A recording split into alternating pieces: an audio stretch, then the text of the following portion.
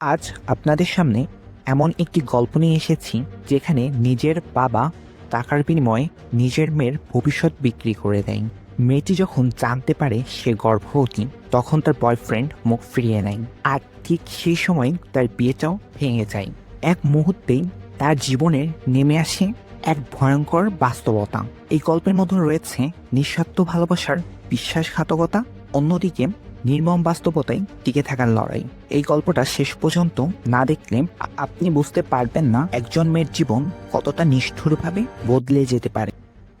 গল্পের শুরুতেই আমরা দেখতে পাই একটা কসমেটিক্স প্রোডাক্টের প্রমোশন ভিডিওতে অ্যাক্টিং করছে সোফি, কিন্তু তার অভিনয়টা ঠিক মতন হচ্ছিল না। ডিরেক্টর সাহেব বারবার অভিনয়টি ঠিক করতে বলতে থাকে। তখন আকুশাম, সোফির বেস্ট ফ্রেন্ড, সে এসে সোফিকে সুন্দরভাবে বুঝিয়ে দেয়। এরপর সোফি খুব ভালোভাবে অভিনয় করে। সোফির বাসায় আসার সময় টপ নচ অ্যাক্টিং করার জন্য ডিরেক্টর অভিনন্দন জানায় এবং সেখান থেকে চলে যায়। ঠিক সেই সময় সোফির অস্বস্তি বোধ হতে থাকে। সোফি দৌড় দিয়ে বাথরুমের দিকে যায়।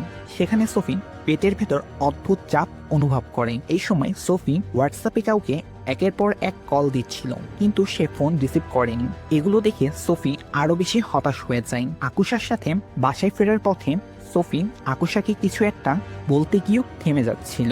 এরপর সোফি বাসায় এসে তার পরিবারের সদস্যদের সঙ্গে বসে কথা বলতে থাকে। সোফিয়ার সঙ্গে তার বাবা থাকে না, তার বাবা মায়ের মধ্যে ছাড়াছাড়ি হয়ে গেছে। আকুশা সোফির মায়ের কাছে ফোন দেয় এবং একটা সুসংবাদ জানায়, সোফিকে অ্যাডভার্টাইজমেন্টের জন্য একটি বড় কোম্পানি হায়ার করেছে। পরিবারের সবাই খুশি হলেও সোফি খুশি ছিল না, তার ভেতরে কাজ করছিল অন্য কিছু। পরের দিন সোফি তার বয়ফ্রেন্ডের সঙ্গে দেখা করতে তার অফিসের দিকে রওনা দেয়। গাড়ির ভেতরে সোফির অস্বস্তি বোধ করতে থাকে। দীর্ঘ পথ পেরিয়ে সে গান্ডুর অফিসে যায়। সোফিকে দেখে গান্ডু তাকে অফিসের বাইরে নিয়ে যায়। সোফি কথাটা বলার পর গান্ডু এমনভাবে দাঁড়িয়ে রইল যেন তার জীবনের সবচেয়ে বড় মিটিংটাই এখনই শুরু হয়ে গেছে। গান্ডু বলে, তুমি হয়তো অন্য কারো সঙ্গে জড়িয়ে পড়েছিলে, এটার দায় তার। তখন সোফি স্পষ্ট করে জানায়, আমার জীবনে একমাত্র মানুষ ছিলে তুমি। এখন এই সত্য থেকে পালানোর আর কোনো পথ নেই। সোফি তার প্যারেন্টসের সঙ্গে দেখা করার কথা বলে গান্ডু বলে, এগুলো তোমার নিজের গন্ডগোল। সে জানিয়ে দেয় এটার ওপর তার কোনো দায়িত্ব নেই এবং সোফিকে চলে যেতে বলে। এরপর গান্ডু সেখান থেকে অফিসের দিকে চলে যায়। ভারাক্রান্ত হৃদয় নিয়ে সোফি তার বাবার কাছে আসে এবং সবকিছু খুলে বলে। সোফির বাবা প্রথমে রাগারাগি করলেও শেষে বলে, তোদের উচিত এখন দ্রুত বিয়ে করে নেওয়া, আর বেশি সময় নেই। আমি গন্ডুর সাথে কথা বলবো। গন্ডুর কাছে যাওয়ার জন্য টিকিটের ভাড়ার কথা বলে সোফির কাছ থেকে বেশ কিছু টাকা নেই তার বাবা। বাস্তবে সোফির বাবা ছিল দায়িত্বজ্ঞানহীন এবং ভুল অভ্যাসে নিজের জীবন এলোমেলো করে ফেলানো একজন মানুষ। আর এই কারণেই তার মায়ের সঙ্গে সম্পর্ক ভেঙে গিয়েছিল। তবুও সোফি তার বাবাকে বিশ্বাস করত এবং ভালোবাসত। এরপর ঘটে যায় এক হৃদয় বিদারক ঘটনা। সোফির জীবনে হঠাৎ করেই একটি ভয়ঙ্কর শারীরিক সংকট দেখা দেয়। অল্প সময়ের মধ্যেই সে গুরুতর অসুস্থ হয়ে পড়ে এবং তার মা তৎক্ষণাৎ সোফিকে হাসপাতালে নিয়ে যায়। প্রয়োজনীয় পরীক্ষা নিরীক্ষা করার পর সোফির মা সবকিছু জেনে পুরোপুরি ভেঙে পড়ে। চারপাশে নেমে আসে এক নীরবতা। সোফি তার মাকে আশ্বস্ত করে যে গান্ডু সব দায়িত্ব নিবে আর তার বাবা তার সঙ্গে কথা বলতে গেছে। এরপর সোফি তার বাবাকে ফোন করলে তার বাবা বলে, আজ পারছি না, কাল অবশ্যই যাব। কিন্তু বাস্তবে সেটা ছিল শুধু কথার কথা। সোফির বাবা জানায় কাল সকালেই তাদের বিয়ে হবে। সোফিদের বাসায় আকুশা এলে সোফি বলে, কাল আমার গান্ডুর সাথে বিয়ে হবে, তুই কাল সকাল সকাল চলে আসিস। আকুশা হঠাৎ এমন কথা শুনে অবাক হয়ে যায়। কেন হঠাৎ এবং এত তাড়াতাড়ি কেন জানতে চাইলে সোফি কথাটা এড়িয়ে যায়। বিয়ে হচ্ছে শুনে আকুশা তাকে অভিনন্দন জানায়। পরের দিন আকুশা সহ আরো কয়েকজন আত্মীয় স্বজন সোফিয়াদের বাসায় আসে, কিন্তু সময় পেরিয়ে গেলেও সোফিয়ার বাবা আসে না, গান্ডুও আসে না। এই সময় এক সময় সবাই চলে যায়।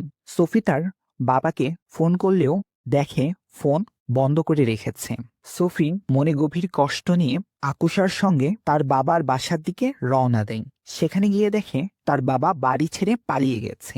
সেই মুহূর্তে এমন এক হৃদয় বিদারক দৃশ্য সামনে এসে দাঁড়ায় যা কেউ কল্পনাও করেনি। কয়েকদিন পর সোফি সেই অ্যাডভার্টাইজমেন্ট কোম্পানিতে কাজ করার কথা বলে বাসা থেকে বের হয়, কিন্তু অনেক সময় পেরিয়ে গেলেও সে কোম্পানিতে আসে না। বাধ্য হয়ে আকুশা সোফির মাকে ফোন দেয়। অন্যদিকে দৃশ্যে দেখা যায় সোফি একটি হাসপাতালে এসেছে নিজের জীবনের সবচেয়ে কঠিন সিদ্ধান্ত নিতে। ঠিক সেই মুহূর্তে চিকিৎসা প্রক্রিয়া শুরু হওয়ার আগেই তার মা সেখানে এসে উপস্থিত হয় এবং তাকে থামিয়ে দেয়। অনেক বুঝিয়ে অনেক কষ্টে সোফিয়ার মা বাসায় ফিরিয়ে নিয়ে আসে। আকুশা সোফির মন ভালো করার জন্য তাকে বাইরে নিয়ে গিয়ে ঘোরাতে থাকে। কিছুদিন পর সোফি একটি ফ্যাশন ফেব্রিক শপে চাকরির জন্য আবেদন করে এবং তার চাকরিটাও হয়ে যায়। খুশির খবরটা সবার আগে সে আকুশাকে জানাতে আসে। এরপর থেকে সোফির কর্মজীবন আনন্দের সঙ্গেই কাটতে থাকে। সময়ের সাথে সাথে সোফি অনলাইনেও ফ্যাশন ডিজাইনের উপর ভালো একটি পরিচয় তৈরি করে ফেলে। শপের প্রোডাক্ট সাপ্লায়ার বাহার প্রথম দেখেই সোফির প্রতি আকৃষ্ট হয়ে পড়েন। সে সুযোগ পেলেই সোফির প্রশংসা করতে থাকে। একদিন সোফি আকুশার রেস্টুরেন্টে আসে।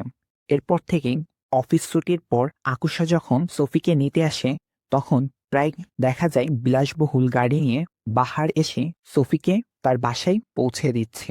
একদিন ফেব্রিক শপে শপিং করতে এসেছে সোফির সাবেক বয়ফ্রেন্ড তার স্ত্রীকে নিয়ে হাজির হয়। সোফি তাকে জিজ্ঞেস করে সে কেন তাকে বিয়ে করেনি। উত্তরে সে জানায়, তোর বাবা আমার কাছ থেকে সামান্য কিছু টাকার নিয়ে এই সম্পর্ক থেকে সরে যেতে সাহায্য করেছে। কথাটা শুনে সোফি ভেতর থেকে পুরোপুরি ভেঙে পড়ে। এই সব কথা আকুশাও শুনে ফেলে আর দুজনের মাঝে নেমে আসে এক গভীর নীরবতা। সেদিন সন্ধ্যায় সোফি আকুশার রেস্টুরেন্টে এসে জানায় বাহার তাকে বিয়ের প্রস্তাব দিয়েছে এবং সে এই প্রস্তাবে সম্মতি জানিয়েছে।